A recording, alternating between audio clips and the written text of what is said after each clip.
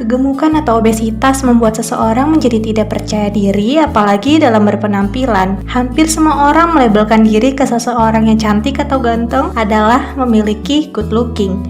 Ya nggak nih Sobat Medi? Sudah beberapa bulan mencoba diet ini itu, olahraga hingga malah defisit kalori. Kenapa ya kok nggak juga berhasil? Yuk kita kenalan dulu nih dengan yang dan yin.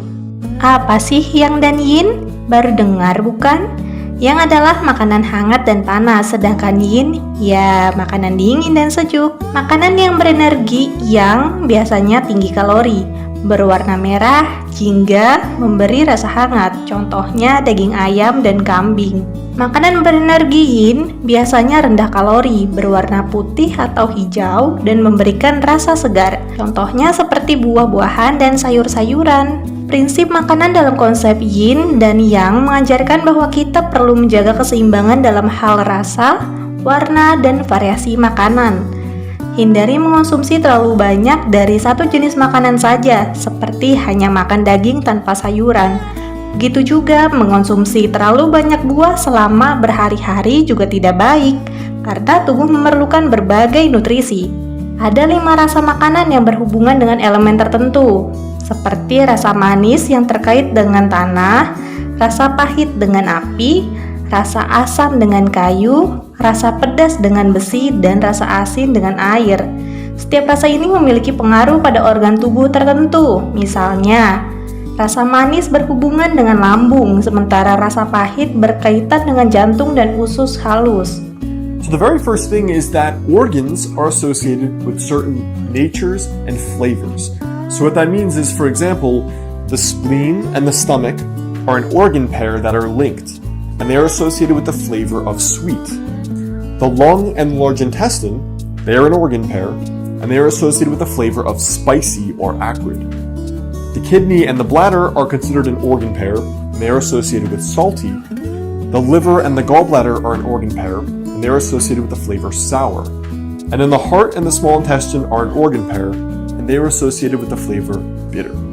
Now, what this means is that the ancient physicians observed that there was a relationship between certain foods and certain organs. So, for example, with spicy or acrid and the lung, it might be like, this is some hippie stuff. But if you think about what happens when you eat some really spicy chilies, what's the first thing that happens? Well, first of all, your nasal passages open up like this. Mucus starts coming out of your nose and your throat, you start salivating.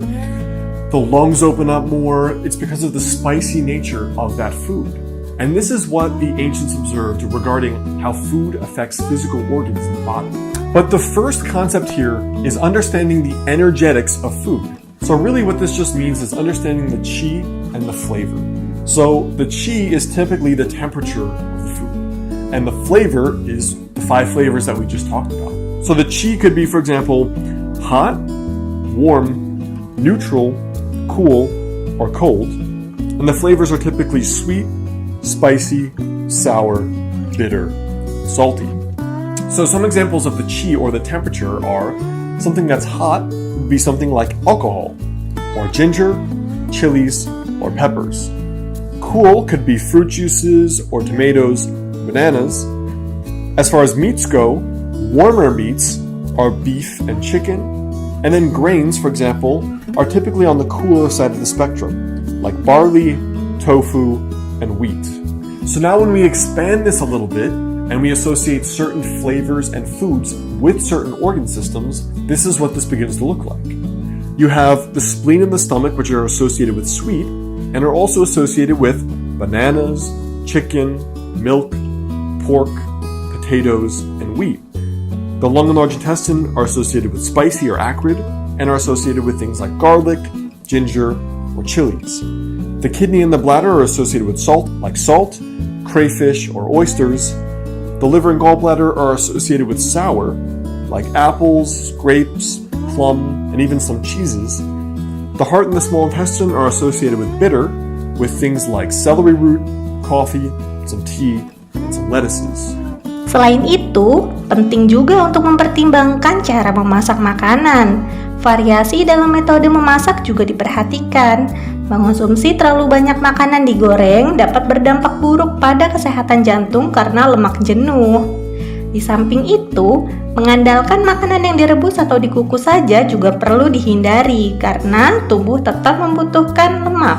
Jadi, dalam konsep makanan yin dan yang terpenting adalah menjaga keseimbangan. Jika ingin makan daging misalnya, sebaiknya dikombinasikan dengan sayuran rebus atau salad. Selain itu, jangan terlalu kenyang karena tubuh sulit mencerna makanan berlebihan dan kompleks. Gimana Sobat Medi? Seru kan? Yuk disimak kembali agar dietmu gak gagal lagi deh. Info lebih lanjut cek bio dan deskripsi video ini ya.